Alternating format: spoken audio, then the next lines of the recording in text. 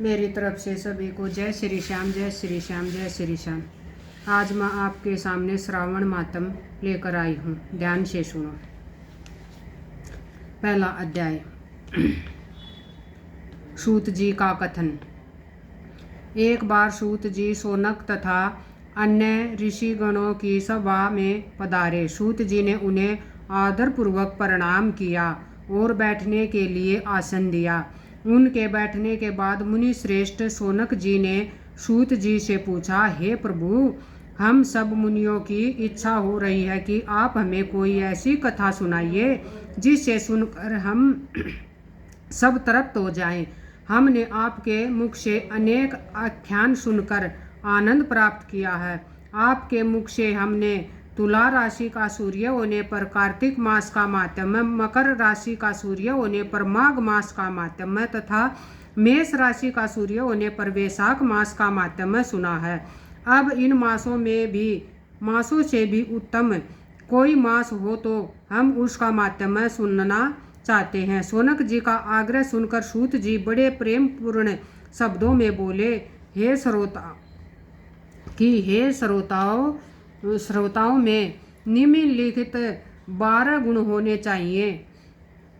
दंभ रहित, आस्तिक बुद्धि, सठता रहित, परमात्मा में भक्ति, भगवत चर्चा सुनने की तीव्र इच्छा, नम्रता, ब्राह्मण भक्त, सुशील स्वभाव, धैर्यवान, पवित्र, तपस्वी तथा दोषारोपण रहित। ये सब गुण आप सज्जनों में विद्यमान हैं। इसलिए मैं प्रसन्नता पूर्वक आपको तत्व की बात सुनाता हूँ। एक बार ब्रह्मा पुत्र सनंत कुमार ने भगवान शिव से पूछा, हे महादेव, हमारे हृदय में ऐसे मास के माहात्म्य को सुनने की इच्छा हो रही है जो सब मासों में श्रेष्ठ हो। उस मास में कर्मों के करने से अत्यंत फल की प्राप्ति हो। संसार के कल्याण के लिए ऐसे मास के सभी धर्मों का वर्णन विस्तार पूर्वक बताने की कृपा करें। भगवान शिव ने संत कुमारों की इच्छा जानकर कहा, वर्ष के 12 महीनों में श्रावण मास मुझे सबसे अधिक प्रिय है। पूर्णिमा को श्रावण नक्षत्र का योग हो जाने से इस मास का नाम श्रावण पड़ा है। श्रावण मास में सिद्धि प्राप्त होने के कारण इस मास का नाम श्रावण पड़ा। आकाश के समान स्वच्छ हो जाने से नभा नाम कहा है। श्रावण मास के फलों को कहने के लिए ब्रह्मा जी हुए। इसका माहात्म्य को देखने के लिए इंद्र हुए और भगवान अनंत ने इसके फल को कहने के लिए 2 सहस्त्र जिह्वा धारण की थी। इसलिए श्रावण मास के धर्मों की गणना करने के लिए पृथ्वी पर किसी में भी सामर्थ्य नहीं है। इस मास की कला को भी अन्य मास प्राप्त नहीं कर सकते। इस मास का कोई भी दिन व्रत शून्य नहीं है। इस मास की सब तिथियां व्रत वाली हैं। सनंत कुमार बोले, हे महादेव, आपने अभी बताया कि इस मास की प्रत्येक तिथि व्रत वाली है। अतः आप मुझे बताइए कि किस तिथि में कौन सा व्रत रखा जाता है, उस व्रत का अधिकारी कौन है, उसका फल क्या मिलता है तथा उस व्रत को करने की विधि क्या है, किसने इस व्रत को किया है, उसकी उद्यापन विधि क्या है, उसका देवता कौन है, पूज्य कौन है, पूजन सामग्री क्या है, प्रधान पूजन किसका करना है, जागरण विधि क्या है, किस व्रत का क्या समय है। हे प्रभु, आप मुझे ये सब बातें कृपा कर विस्तार बताने की कृपा करें। श्रावण मास आपको क्यों प्रिय हुआ? इसे पवित्रतम किस कारण से कहा गया है? इस मास में कौन अवतार उत्तम माना गया है?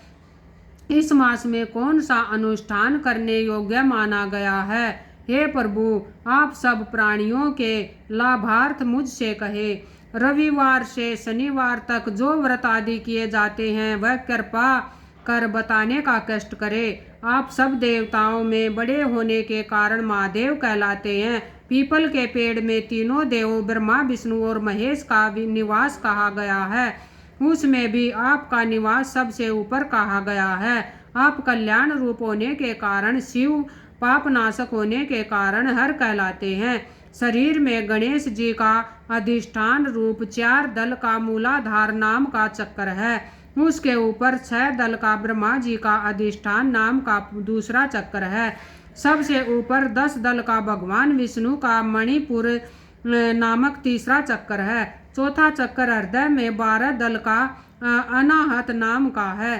इस चौथे चक्र में आपकी स्थिति कही गई है। आपका निवास सबसे ऊपर होने के कारण आपको मुख्यतः कहा गया है। इसलिए आपका पूजन करने से पंचायतन का पूजन हो जाता है। अन्न को ब्रह्म कहा गया है। भगवान विष्णु जल रूप कहे गए हैं। जब आप उस अन्न और जल को ग्रहण करते हैं तो आपकी प्रवीणता में किसी को लेस मात्र भी संदेह नहीं रह जाता। आपका शमशान और पर्वत पर निवास सब प्राणियों को विरक्ति का संदेश देता है। आपके यश का वर्णन करना वाणी से परे की बात है। जय शिव शंकर भगवान की। आज का अध्याय संपूर्ण।